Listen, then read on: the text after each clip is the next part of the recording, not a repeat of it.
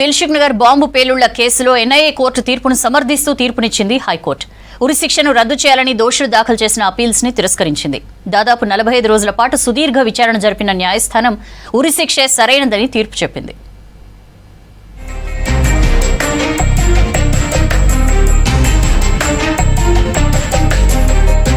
2013లో దేశవ్యాప్తంగా సంచలనం సృష్టించిన దిల్సుఖ్ నగర్ బాంబు పేలుళ్ల కేసులో హైకోర్టు కీలక తీర్పు ప్రకటించింది.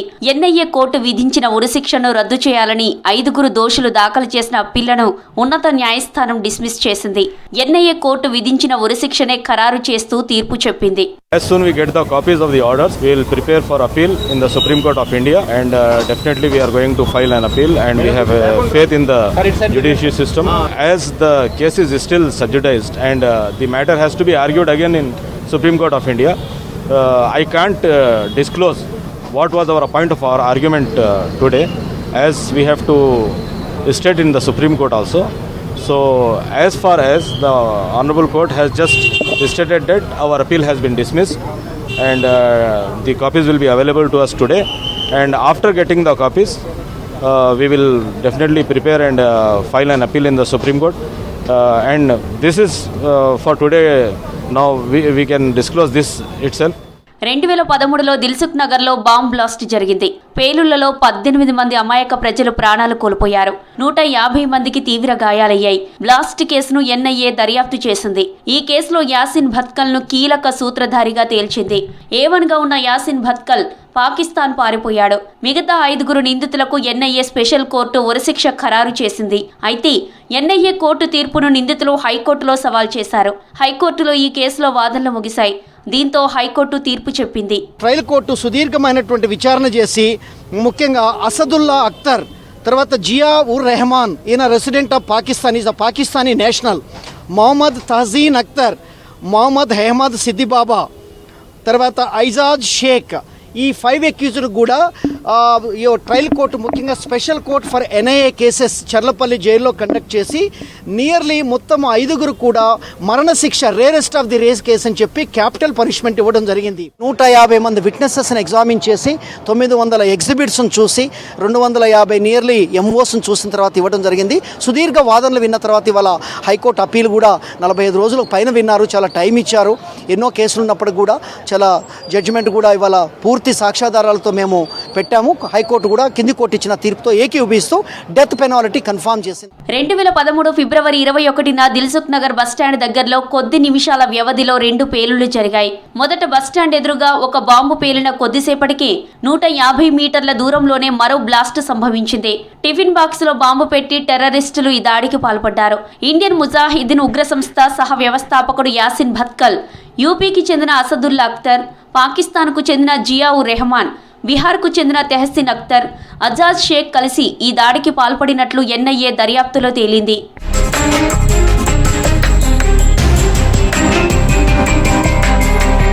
దీంతో పాటు దాదాపు 10కి పైగా బాంబు పేలుళ్ల ఘటనలో యాసిన్ భత్కల్ పాత్ర ఉంది.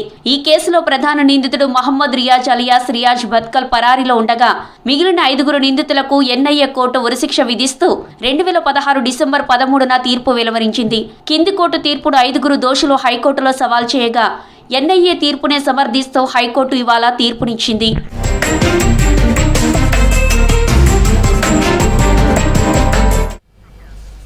ప్రజాస్వామ్య విలువలను బీజేపీ విస్మరిస్తోందన్నారు డిప్యూటీ సీఎం భట్టి. దేశం బీజేపీ నుంచి ముప్పు ఎదుర్కొంటోందని చెప్పారు. గుజరాత్లో సీడబ్ల్యూసీ సమావేశానికి ముఖ్యమంత్రి రేవంత్ రెడ్డితో సహా భట్టి, ఉత్తమ్, దామోదర హాజరయ్యారు. పార్టీ బలోపేతంపై చర్చ జరిగిందని, తెలంగాణ పథకాలను సమావేశంలో ప్రస్తావించారని చెప్పారు మంత్రులు.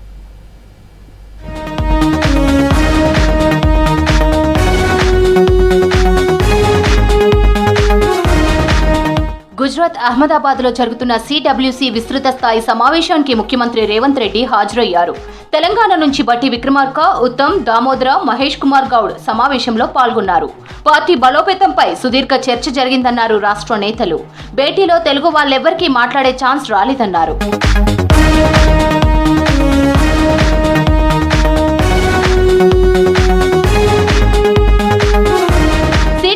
సమావేశం సమావేశం తర్వాత సాయంత్రం శబర్మతి ఆశ్రమాన్ని సందర్శించారు ముఖ్యమంత్రి రేవంత్ రెడ్డి. గాంధీజీకి నివాళులర్పించారు. దేశ స్వాతంత్ర్యం కోసం ఆయన చేసిన సేవలను గుర్తు చేసుకున్నారు.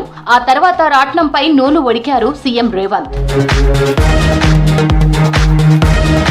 గాంధీ సిద్ధాంతాలపై కాంగ్రెస్ పనిచేస్తుందన్నారు డిప్యూటీ సీఎం బట్టి విక్రమార్క. దేశం బీజేపీ నుంచి ముప్పు ఎదుర్కొంటోందన్నారు. క్రోని క్యాపిటలిజానికి అనుకూలంగా బీజేపీ పనిచేస్తుందన్నారు. ప్రజాస్వామ్య విలువలను బీజేపీ విస్మరిస్తుందని చెప్పారు బట్టి. Indian National Congress is at a serious stake where the BJP government is not believing in democracy. It will not allow the freedom of expression, and the wealth and resources are being given to the crony capitalists, and no secular kind of a thought process in this country. Party నిర్మాణంపై సిడబ్ల్యూసీలో ప్రధాన చర్చ జరిగిందని చెప్పారు పొన్నం. బలహీన వర్గాలకు న్యాయం జరగాలంటే వాళ్ళ లెక్కలు తెలవాలని కాంగ్రెస్ పార్టీ మొదటి నుంచి చెప్తోందని చెప్పారు. బలహీన వర్గాలకు న్యాయం జరగాలని రాహుల్ దేశవ్యాప్త పాదయాత్ర చేశారన్నారు. పూర్తిగా పార్లమెంట్ సాక్షిగా దేశ హోంశాఖ మార్చిన అవమానపరిచే పరిస్థితి, రాజ్యాంగానికి ఇబ్బంది కలిగే పరిస్థితుల వల్ల రాజ్యాంగాన్ని రక్షించుకోవడానికి జై బాబు, జై భీమ్, జై సంవిధాన్ పేరు అయితే కార్యక్రమాలు జరుగుతున్నాయో ప్రజాస్వామ్య రక్షణకు సంబంధించి ప్రతి భారత పౌరుడు భాగస్వామి కావాలని రాహుల్ గాంధీ గారు పిలుపునిస్తా ఉన్నారు. పార్టీని వీడిన నిజమైన కాంగ్రెస్ నేతలను తిరిగి పార్టీలో చేర్చుకొని బలోపేతం చేస్తామన్నారు కొండా సురేఖ. కాంగ్రెస్ పాలిత రాష్ట్రాల్లో అమలవుతున్న పథకాలను ఇతర రాష్ట్రాల్లో ప్రచారం చేసుకోవాలని పార్టీ ఆదేశించిందని చెప్పారు. పార్టీ బలోపేతంపైనే మీటింగ్లో ప్రధాన చర్చ జరిగిందన్నారు సురేఖ. ఎవరు కూడా కాంగ్రెస్ పార్టీ వాళ్ళు, కరెక్ట్ కాంగ్రెస్ వాళ్ళు అన్నవాళ్ళు కాంగ్రెస్ని ఇంకా స్ట్రెంథన్ చేయడానికే వాళ్ళు పనిచేస్తారు తప్పితే పక్కకి వెళ్ళడానికి ఎవరు పనిచేయలేదు. ఎందుకంటే ఓటు బ్యాంక్ అనేది కాంగ్రెస్కి ఎప్పుడు కూడా ఉంటుంది. ఆ ఓటు బ్యాంకులో ఉన్న వాళ్ళు ఇంకా మన పాత వాళ్ళు ఎవరైనా బయటకు వెళ్ళిన వాళ్ళు కానీ, లేకపోతే బయట పార్టీలలో కొంత వాళ్ళు ఇమ్మడలేకపోయినటువంటి వాళ్ళు కానీ. తెలంగాణలో సబ్ రిజిస్ట్రార్ కార్యాలయాల్లో స్లాట్ బుకింగ్ విధానాన్ని రాష్ట్ర ప్రభుత్వం తీసుకొచ్చింది. ఏప్రిల్ 10వ తేదీ నుంచి రిజిస్ట్రేషన్ల స్లాట్ బుకింగ్ ప్రారంభమవుతుందని రెవెన్యూ శాఖ మంత్రి పొంగులేటి ప్రకటించారు. తొలుత ప్రయోగాత్మకంగా 22 సబ్ రిజిస్ట్రార్ కార్యాలయాల్లో స్లాట్ బుకింగ్ అమలు చేయనున్నట్లు చెప్పారు. స్లాట్ బుకింగ్ తో 10-15 నిమిషాల్లోనే రిజిస్ట్రేషన్ పూర్తవుతుందన్నారు పొంగులేటి.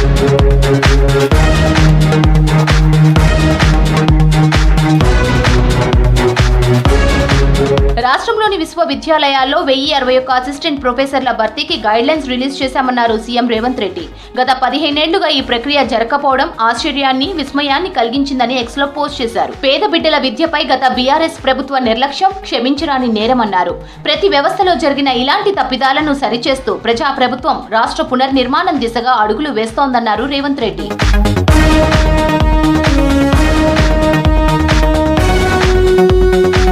బ్రహ్మకుమారిల గ్లోబల్ సెంటర్ల చీఫ్ అడ్మినిస్ట్రేటివ్ హెడ్ దాది రతన్ మోహినీజీ మృతి పట్ల తీవ్ర దిగ్భ్రాంతి వ్యక్తం చేశారు సీఎం రేవంత్ రెడ్డి. ఆమె జీవితం ఆదర్శప్రాయమని చెప్పారు. దాది రతన్ మోహినీజీ ఆధ్యాత్మిక బలానికి, నిర్మలత్వానికి, విశ్వ సోదర భావానికి నిలువెత్తు నిదర్శనంగా నిలిచారన్నారు. ఆమె మృతి దేశంతో పాటు విశ్వ ఆధ్యాత్మికతకు తీరని లోటన్నారు సీఎం రేవంత్.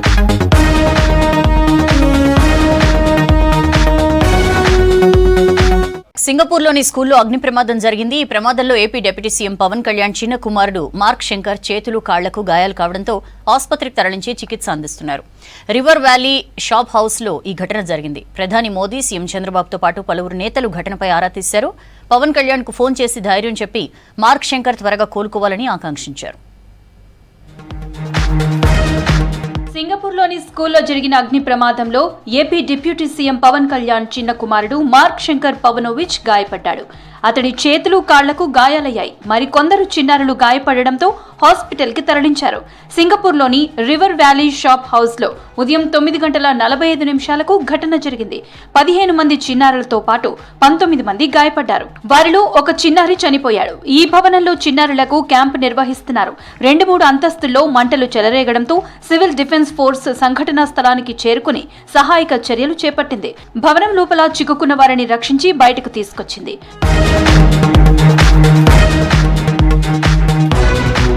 పవన్ కుమారుడు మార్క్ శంకర్ చేతులు, కాళ్లకు గాయాలు కావడంతో పాటు ఊపిరితిత్తుల్లోకి పొగ వెళ్లడంతో అస్వస్థతకు గురయ్యాడు. ఈ ఘటనకు గల కారణంపై దర్యాప్తు చేస్తున్నట్లు అధికారులు తెలిపారు. అల్లూరి సీతారామరాజు జిల్లా పర్యటనలో ఉండగా పవన్ కు ఈ విషయం తెలిసిందే. దీంతో కార్యక్రమాలను రద్దు చేసుకుని సింగపూర్ వెళ్లాలని పార్టీ నేతలు ఆయనకు సూచించారు. అయితే ఇచ్చిన మాట ప్రకారం గిరిజనులను కలిసి వెళ్తానని చెప్పిన పవన్ అల్లూరు సీతారామరాజు జిల్లాలో పర్యటించి పలు అభివృద్ధి కార్యక్రమాల్లో పాల్గొన్నారు. అయితే విషయం తెలిసిన వెంటనే పవన్ సోదరుడు కోటీశ్వరుడు చిరంజీవి దంపతులు కుటుంబ సభ్యులు సింగపూర్కు వెళ్లారు. పవన్ కళ్యాణ్ చిన్న కుమారుడు మార్క్ శంకర్ ఆరోగ్యంపై ప్రధాని మోదీ ఆరా తీశారు.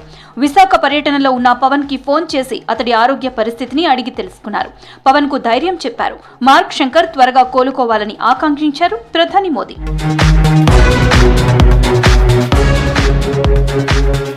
సింగపూర్లోని స్కూల్లో పవన్ చిన్న కుమారుడు మార్క్ శంకర్ కు గాయాలైన విషయం ఆందోళన కలిగించిందన్నారు సీఎం చంద్రబాబు.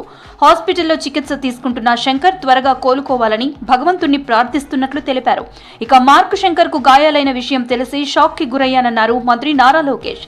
ఈ సమయంలో పవన్ కుటుంబం ధైర్యంగా ఉండాలని ప్రార్థిస్తున్నట్లు ఎక్స్ లో పోస్ట్ చేశారు లోకేష్.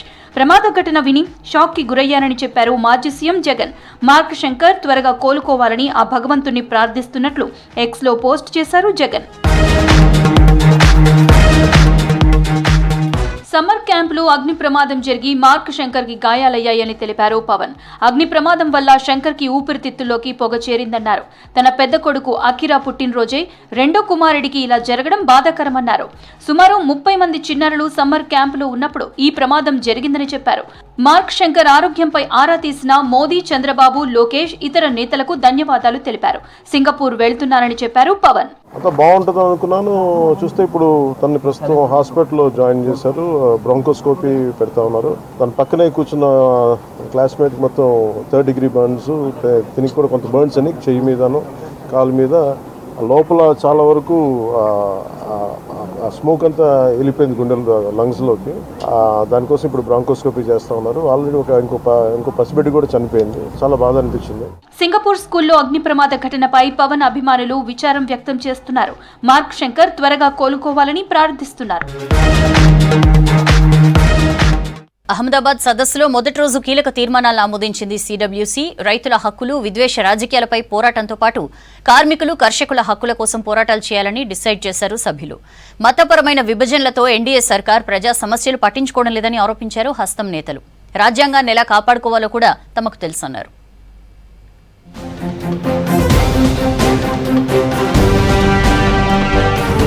గుజరాత్ అహ్మదాబాద్ లో సిడబ్ల్యూసీ మొదటి రోజు సమావేశాలు సక్సెస్ఫుల్ గా ముగిశాయి. 6 దశాబ్దాల తరువాత గుజరాత్ లో ఈ అత్యున్నత సమావేశాలు నిర్వహిస్తోంది కాంగ్రెస్. పార్టీ అధ్యక్షుడు మల్లికార్జున్ ఖర్గే అధ్యక్షతన జరిగిన భేటీకి అగ్రనేతలు సోనియా గాంధీ, రాహుల్, ప్రియాంక సహా దేశవ్యాప్తంగా 2000 మంది వరకు ప్రముఖ నేతలు హాజరయ్యారు. సమావేశంలో పార్టీ పునర్జీవనం, దేశ రాజకీయాలపై చర్చించారు. ఆర్థిక, సామాజిక, విదేశీ విధానంపై చర్చించారు నేతలు.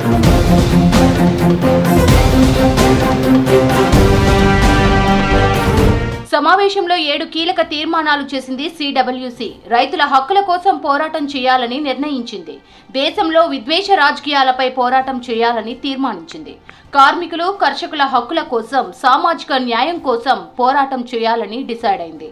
సమాజంలో అసమానతలు, అంతరాలపై, హింస, మతతత్వానికి వ్యతిరేకంగా పోరాడాలని తీర్మానించింది. గాంధీ, నెహ్రూ, పటేల్ విడదీయరాని నాయకత్వం, దీనిపై ప్రస్తుతం దాడి జరుగుతున్నందున శత్రుత్వం, విభజన శక్తుల్ని ఎదుర్కోవాలనే అంశాలపై తీర్మానాలు చేశారు నేతలు.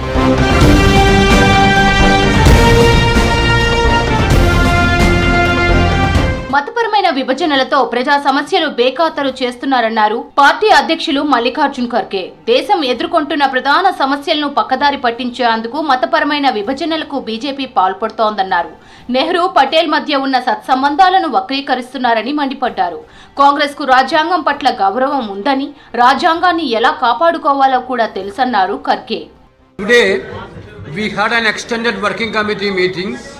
The extended working committee approved the resolution, a special resolution on Sardar Vallabhbhai Patel, and CWC also discussed and adopted tomorrow's agenda. The deliberations and decisions today, extended CWC will feed into the AICC meeting scheduled for tomorrow. कल जो 2 प्रस्ताव पर चर्चा होने वाले हैं, एक राष्ट्रीय मुद्दों पर और दूसरा गुजरात को लेकर जो राजनीतिक स्थिति है उस विषय पर एक प्रस्ताव, दोनों प्रस्तावों पर यहाँ चर्चा हुई, वो पारित भी हुआ और कल उस पर विस्तार से AICC में बहस होगी. ఈ 7 తీర్మానాలపై పార్టీ స్పెషల్ ఫోకస్ పెడుతుందన్నారు కాంగ్రెస్ ప్రధాన కార్యదర్శి కేసీ వేణుగోపాల్, ఎంపీ జయరాం రమేష్. ఈ సమావేశాల తర్వాత సీనియర్ల సూచనలు, సలహాలు తీసుకొని దేశవ్యాప్తంగా పార్టీని మరింతగా విస్తరిస్తామన్నారు నేతలు. ప్రతి జిల్లా, బ్లాక్లో కార్యకర్తలను మరింత బలోపేతం చేస్తామన్నారు.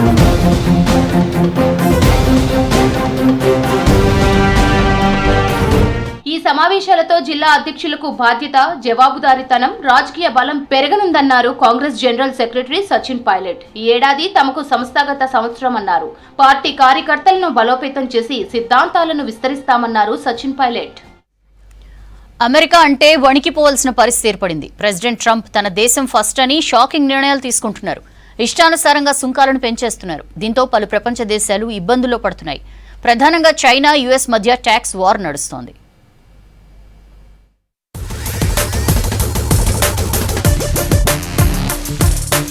వాణిజ్య సుంకాలపై వెనక్కి తగ్గేదే లేదని మరోసారి స్పష్టం చేశారు అమెరికా అధ్యక్షుడు డొనాల్డ్ ట్రంప్. సుంకాల సమానత్వం సాధిస్తే తప్ప సమస్యకు పరిష్కారం లభించబోదన్నారు. చైనాపై మరింతగా సుంకాలను విధిస్తామని హెచ్చరించారు. చైనా విధించిన 34% సుంకాలను ఇవాల్టిలోగా ఉపసంహరించుకోకపోతే బుధవారం నుంచి అదనంగా 50% సుంకాలను విధిస్తామన్నారు. వారితో అన్ని రకాల చర్చలను నిలిపివేస్తామని హెచ్చరించారు ట్రంప్. ఈ సుంకాలపై చాలా మంది దేశాధినేతలతో మాట్లాడారన్నారు. వారంతా అమెరికాతో ఒప్పందానికి సిద్ధంగా ఉన్నారన్నారు.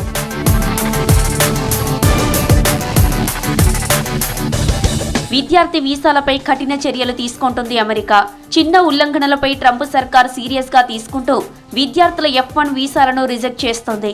విద్యార్థులు ట్రాఫిక్ ఉల్లంఘనలకు ఆ దేశానికి వ్యతిరేకంగా సోషల్ మీడియాలో పోస్టులు చేసినటువంటి డజన్ల కొద్ది భారతీయ విద్యార్థుల F1 విద్యార్థి వీసాలను రిజెక్ట్ చేస్తోంది.